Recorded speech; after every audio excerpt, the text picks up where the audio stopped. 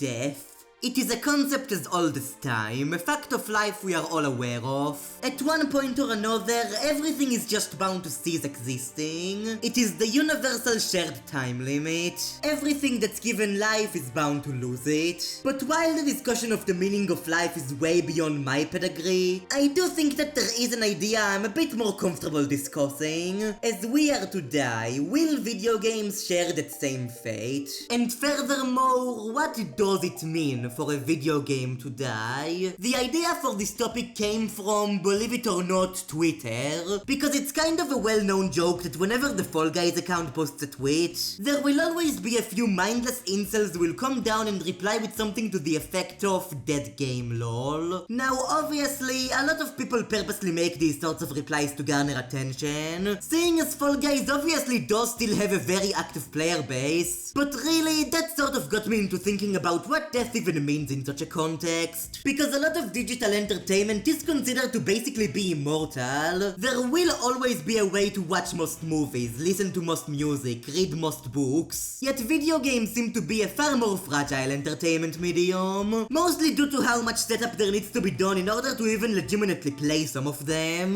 Oftentimes you'll need more than just the game. You'll also need a TV, a console, component cables, a controller, any needed accessories. It's definitely a lot more complicated than simply looking up a song on Spotify. In the context of video games, death can mean many things. Some might argue that if a series stops getting new releases, then that franchise as a whole is dead. However, I'm not sure if I entirely agree with that assessment, because even if we'll never get another Mother game, for example, well, the original trilogy is still here, and you can still play those games the same way as ever. People care about these games and will keep preserving them for eons to come, because while most corporations re-release games for money, fans preserve games due to their love of the medium. I think it's fair to say that those games are immortal. However, not every series is that lucky. Lost media is the bane of our existence. The idea that some games have just been lost to the currents of time really does sadden me. A lot of old phone games fall into this category. Back in the early 2000s, entries in large franchises such as Final Fantasy and Shin Megami Tensei were released on flip phones, but due to the unorthodox release methods, some of these were difficult to preserve, and nowadays it's already too late. A lot of these games which were a part of history have been wiped away. Before Crisis, Final Fantasy VII is shockingly well written, easily my favorite thing to come out of the entire compilation, but nowadays you're either experiencing it through crusty old YouTube videos, or you're using the RPG Maker fan remake, which basically plays itself. Neither one of these options is really definitive, seeing as you can no longer experience Before Crisis as originally was. That right there is my example, but I am sure that there are a lot of other similar cases, and I think it's safe to say that games such as those are indeed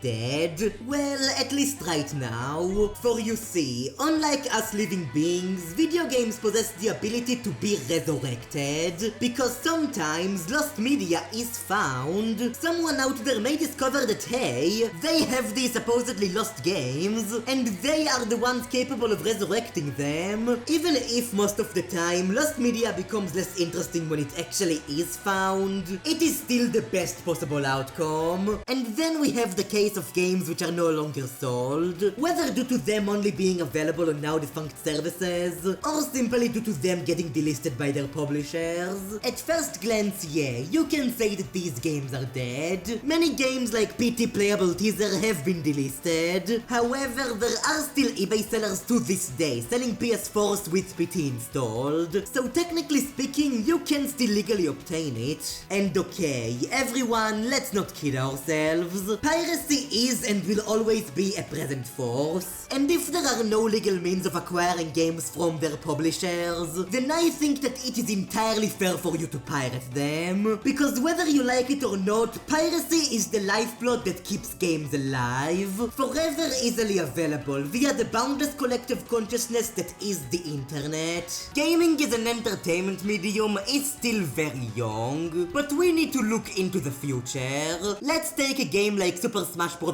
Ultimate. It is an absolutely incredible achievement of a crossover, but now let's think, 100 years from now, do you actually think Nintendo would go through the trouble of reacquiring acquiring the licenses from all of the publishers involved? Yeah, I don't think so. Unless it's made up to be some sort of special event, I honestly do not see Ultimate ever getting re-released. The only way you'd be able to affordably play it will be via pirating. And even nowadays, like, come on, you are not hurting anybody by illegally downloading GameCube games. But I believe I steered a bit off topic. Point is, as long as you can in any way obtain a game and play it to its fullest, then it is very much alive and will always be alive.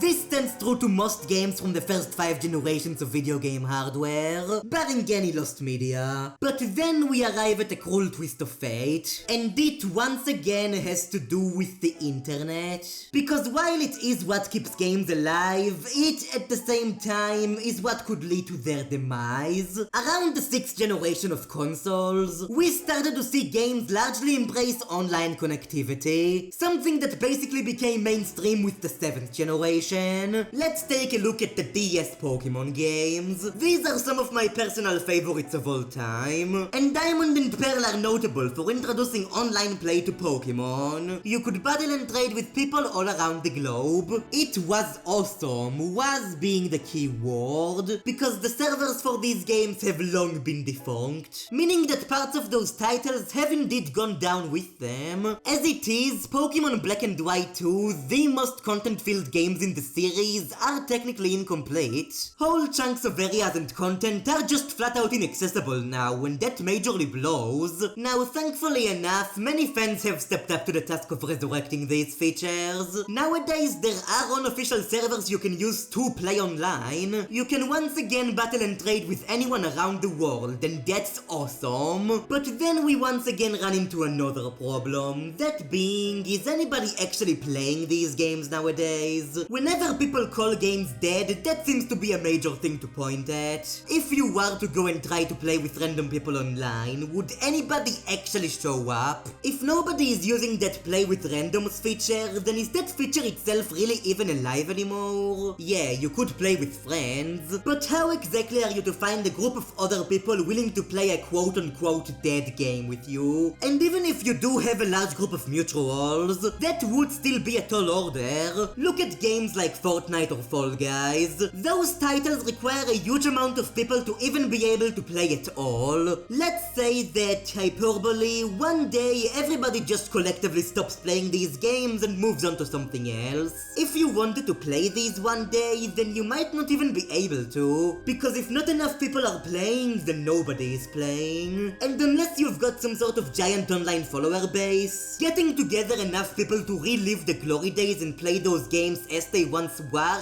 is basically impossible. That's really the sad irony of it all. We as people keep video games immortal. Using the internet, we can preserve these lines of codes for years and generations to come. When video games need us in order to exist, we've got their backs. However, when video games need us in order to be played, then that's a different story. Because while we can make video games immortal, they can't make us immortal. One day we will die. And who's to say the generation after us will care about games like Fortnite or Among Us? They'll probably just move on to the next trendy game. And while there is still a solid chance that people will still play Fortnite in 50 years time, the sad thing here is that hyperbole I mentioned earlier is the future, whether we like it or not. Because when video games heavily rely on online multiplayer, then they basically sign their death warrant. While offline experiences will continue to live indefinitely, online games do not share that blessing. They will die.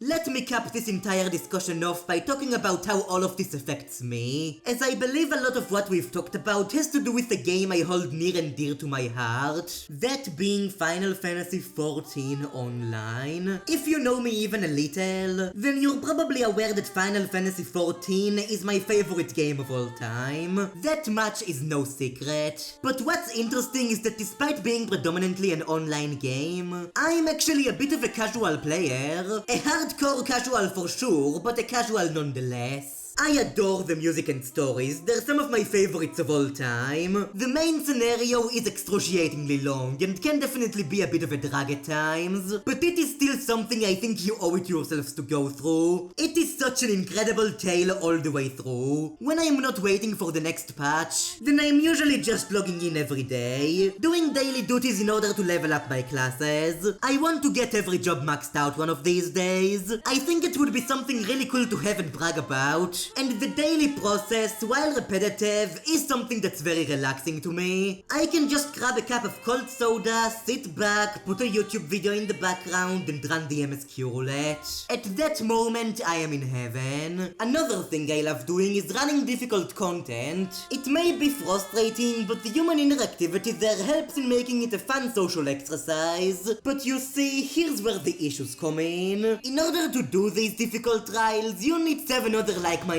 people, and whenever new high-end duties get added, chances are you should be able to find a group for them via the party finder. However, I personally find that to be a bit lame, because personally I want to run all of the duties, starting from the difficult Realm Reborn content, and work all my way up to the modern day extremes. I simply think that would be a lot more fun, and were FF14 a single player game, it would also be a complete non-brainer. You can't just start with level 90, you gotta build your way up there. But the issue is that FF14 is an MMO. Now you can run most of the MSQ solo thanks to the awesome duty support system, but if you wanna go back and do the old Savage raids, then you'll need to find 7 other people who also want to do them and support a compatible schedule with all of them. In the past, that old content was new, and people did actively run it, but that is simply not the case anymore. All of that content, which so much effort was placed into, is now, for a lack of a better term, dead. And actually, a lot of content in FF14 is dead. Bosnia is on its last legs, and Eureka may as well be a rotting corpse by this point. These are both massive, and it's content which relies on other people actively playing. So again, if not enough people are playing, then nobody is playing. And any and all bonuses unlocked from that content may as well be unobtainable. The great storylines told through these may soon enough be lost to time, only still available via online YouTube uploads. Hell, I'm lucky that my MMO of choice is a pretty popular one. Many others in the genre have been downright eradicated, gone for good, or if not, missing in content or just far less active. I still really want to play Final Fantasy XI online one of these days, but I'm not sure if a game like that would hold up if I went in alone, or even if I have enough time to sink into such a beast. And I am scared, because by the time I may finally be ready, it could be too late.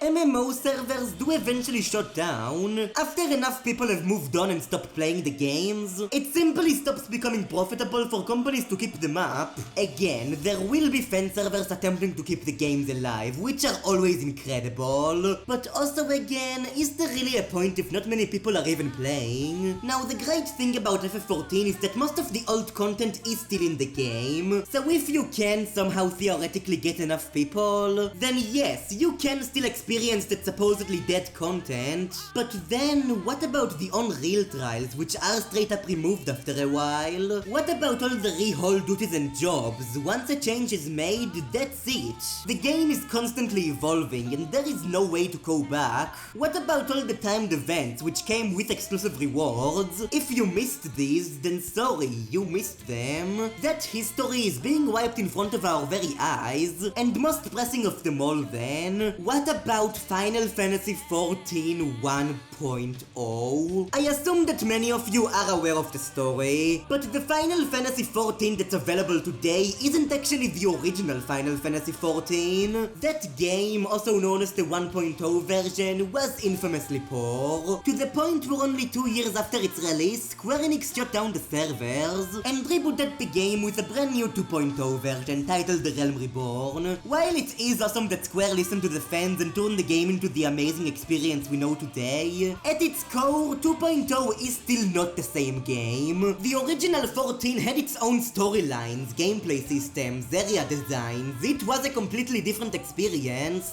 Some might say it was a far worse one, but even if they are true, most of the people saying that have likely never even played 1.0 to begin with. But with the game no longer available, the general consensus has has basically become fact. And the thing is that there were people out there who did enjoy 1.0. If you like games which are generally agreed to be terrible like PUBG 3D or Superman 64, then you can still play them until the cows come home, because those games are immortal. But an online game like 14 1.0 simply isn't. A complete mainline game in the Final Fantasy series, all but completely lost to the ruthless sands of time, with all but a few incredibly dedicated fans trying their damnedest to bring it back from the dead. And the sad thing here is that eventually, the Final Fantasy XIV we know today will suffer that same fate. Right now, the game is extremely popular. For all we know, the shutdown may not even occur during our lifetimes. But as the clock continues to move forward, new MMOs will come out, less and less people will be playing 14. Updates will occur less and less frequently. The Duty Finder will take longer and longer to find players. Even if we were to get an offline single player version, at its core, many elements of 14 would be completely gone. Eventually, keeping the servers up will stop being profitable, as they'll start to slowly go down, a candle at a time, until eventually that final light will be blown out, and Final Fantasy XIV, my all-time favorite piece of art, will be no more. The game will die. In the same fleeting moment, thou must live, die, and know.